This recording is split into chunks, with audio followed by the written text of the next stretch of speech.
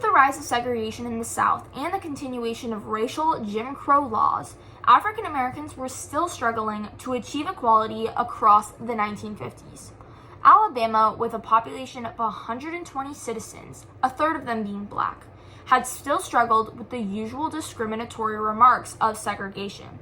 Some historians remarked the beginning of the Montgomery bus boycott to be a result from Rosa Parks' memorable story on standing up against racial segregation in public transportation systems. Another memorable instance of standing up against discrimination in the South was through Emmett Till's case, who was a 14-year-old boy who had been brutally murdered and then thrown into a river because he was misheard when having a discussion with a woman in a store. The Montgomery bus boycott protest was mainly brought up through black grassroots activism.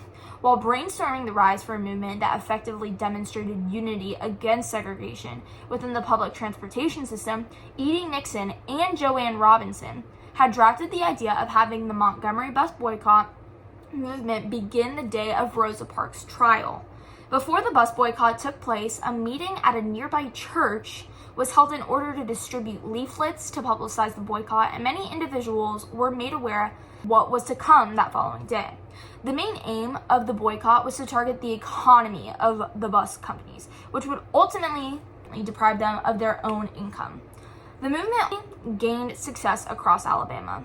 Instead of taking the buses that day, the grassroots activists had took other means of transportation. This included walking, carpooling, or even biking. The organization that had officially organized the Montgomery bus boycott was known as the Montgomery Improvement Association, also known as the MIA. At their meetings, leader and activist Martin Luther King had given motivational speeches and encouraged the right of democracy as an American citizen. As a leader, he often sympathized and appealed to the people of Alabama and across the South. He was a proud representative as to what the movement stood for, which was to end segregation and fight for definite equality. As seen in the photograph, his dominance and peaceful demeanor conveyed ultimate respect from the people. He did not only appeal towards the justice of colored people, however, his message reached out to the entire nation. His Christian values had also aligned with many of the activists, ultimately giving people a purpose to continue for the protest. He was a symbol of their resistance. Overall, the demonstration of this local protest had gained much attention and furthermore surpassed very successfully across the 381 days of protest. King's influence on the boycott had laid down the momentum of how the civil rights movement was planned to continue. As a result of the successful impact the Montgomery bus boycott left on the public, the boycott had also led to the establishment of the Southern Christian Leadership Conference, also known as SCLC, which was established in 1957. King had formed this religious group in order to exploit the power of black churches against racial discrimination. The church space had also provided a center headquarters to lead the meetings in a timely manner. Despite the activist group achieving little, the group had still paved the way towards many more progression overall in the civil rights movement. Another movement that King gained much positive attention as a civil rights movement activist and leader with the South was during the March on Washington protest. During 1963, he had approached A. Philip Randolph, who had planned a similar peaceful protest back in 1941. King had pushed for a new goal of organizing a large mass of support towards a large issue during the civil rights movement. King's memorable impact during the March on Washington was recognized as he gave his famous speech, "I Have a Dream" speech. At this event, 250,000 people had arrived from all over the nation to show their means of support for such a large issue. Through intensive publicity and grassroots appeal, the leaders of this march presented the citizens with live music and food for everyone to enjoy. Yet during MLK's speech, he had evoked the memory of Abraham Lincoln and the promise of freedom and equality that were hoped to be achieved during his presidency.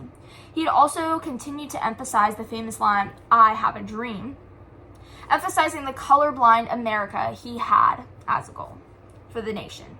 He had wanted people to live in unity while disregarding the color of one's skin.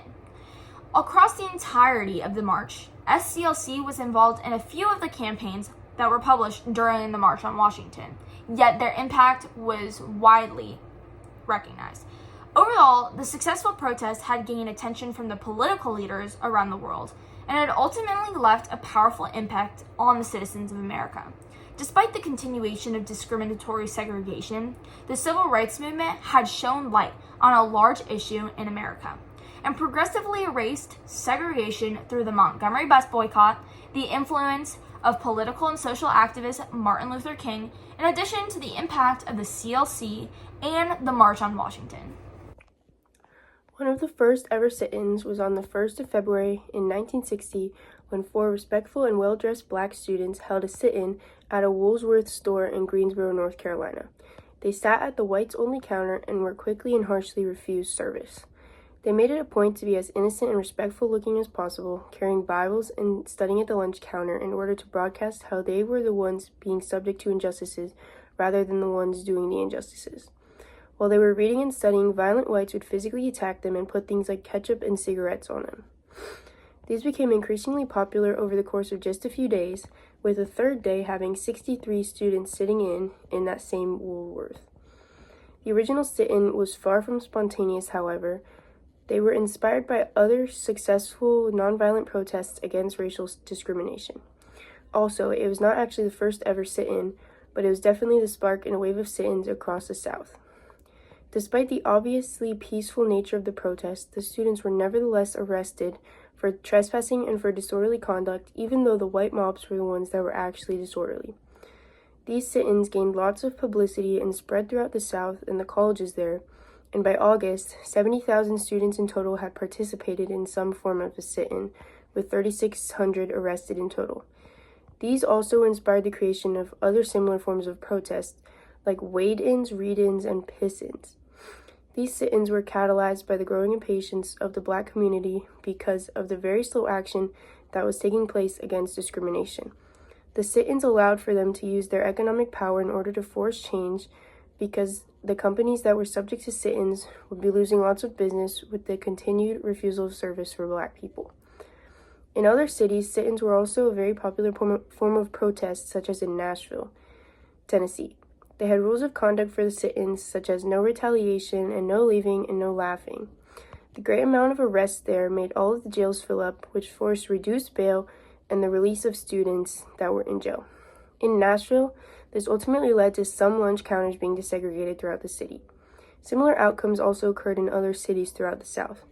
While these were important on a local level, they did not do much nationally to end or to limit desegregation.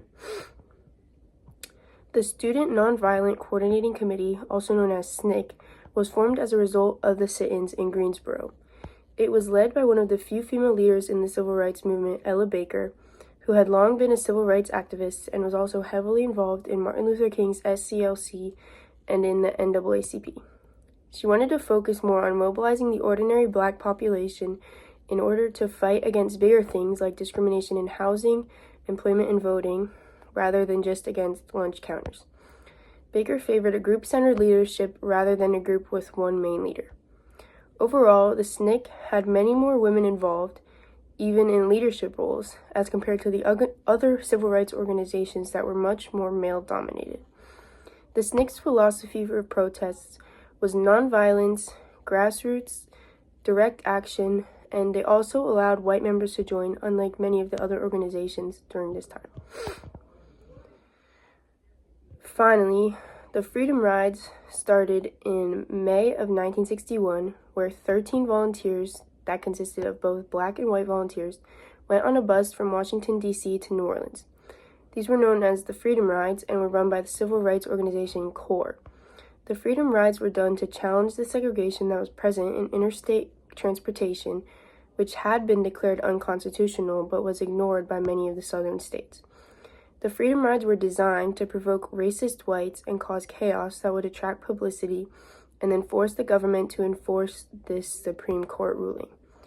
Once the bus reached Anniston, Alabama, it got firebombed by a very large white mob, and then the riders were beaten up once they vacated the burning bus.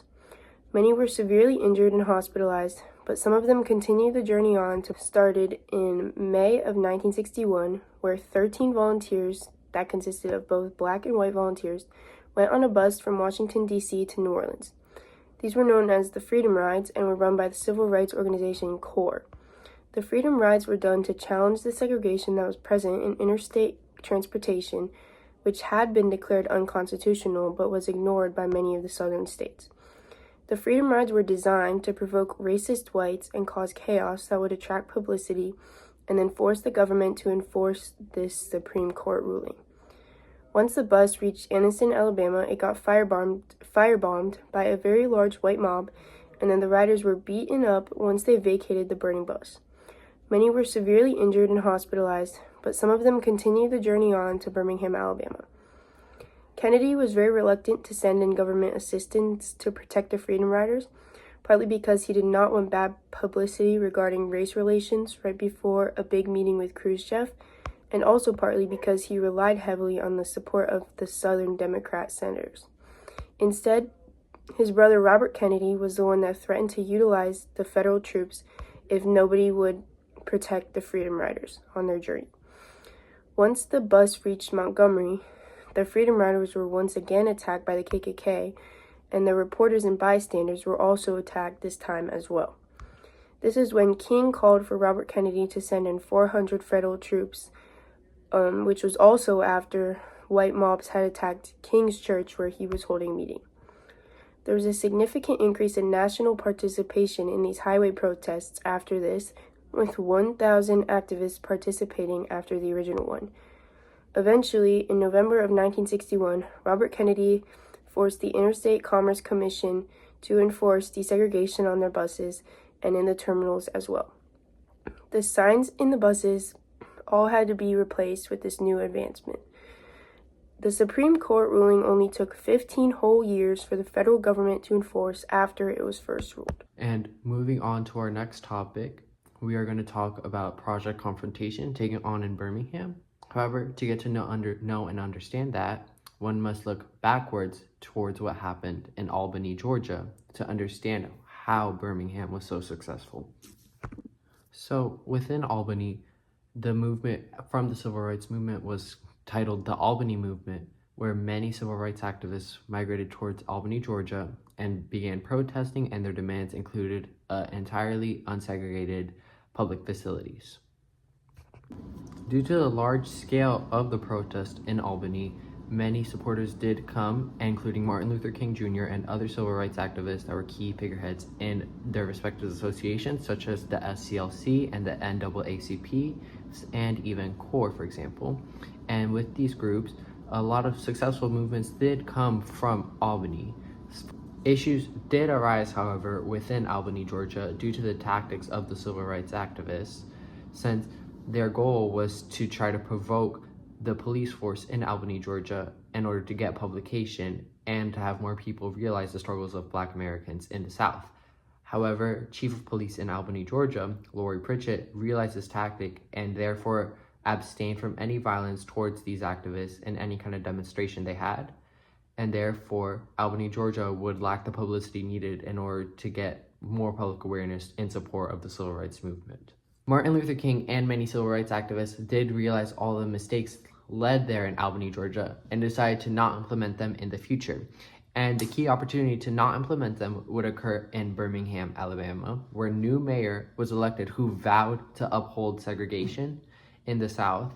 And on top of that, Birmingham, being one of the most segregated cities in the South, led to civil rights activists viewing it as a key opportunity to display change and protest. Did you guys know Birmingham was called Bombingham? When civil rights protests began to break out in Birmingham, Alabama, they were met by white police retaliation under the leadership of Chief of Police Bull Connor, who the civil rights activists knew already to be keen on any form of upholding segregation, as seen by his attempts during the Freedom Rides. Much of the police retaliation on the activists did include violent methods, such as using dogs or batons, which would lead to the gradual diminishment of the protest, as many of those protesters were also unfortunately arrested, including Martin Luther King.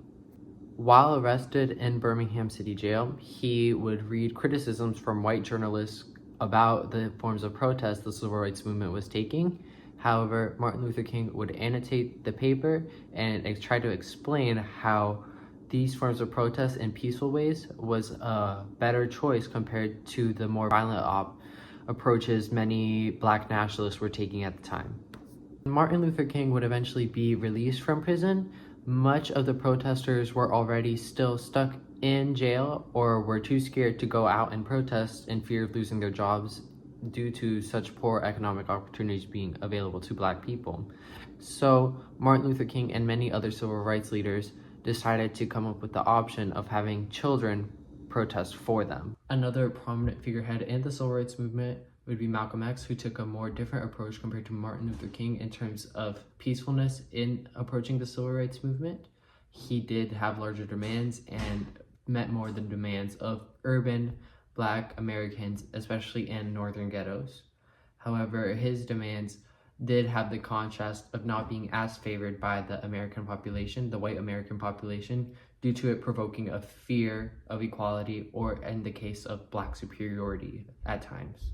The protest with the children would be entitled the Children's Crusade, and it would be primarily led by the SCLC under the guise of Martin Luther King. And with the protest, many school children would go to the center from the Central Church of Birmingham and march down the street. However, with these children peacefully protesting and singing church songs down the street, many police members did have to retaliate violently using extremely pressurized hoses and dogs or batons, again, to hit the children, causing this horrible media image of Black children being abused simply for singing prayer songs. While the local reaction to the Children's Crusade and the Birmingham campaign in general did not hesitate much in staying the same, the foreign audience or even the northern audience did realize the goals of these civil rights movements activists and created more support under the guise of siding with this people that are singing church songs instead of the guise of the people beating up children. Therefore, with all the evidence presented, the Birmingham campaign can be presented as one that catalyzed the civil rights movement into moving further forward and creating further support from the white audience and other foreign audiences. Civil rights movements also do occur within the Congress of Racial Equality, the CORE. It is a more provocative or striking civil rights organization who was involved in various demonstrations, including the March of Washington, the Freedom Rides, and the Birmingham campaign. And all these campaigns did have the eventual goal of improving the status of Blacks in the civil rights movement, and CORE specifically dealt with a more confrontationist tactic of using civil rights. Instead of more protest and march, they would provoke white Americans into retaliating against them since their initiality.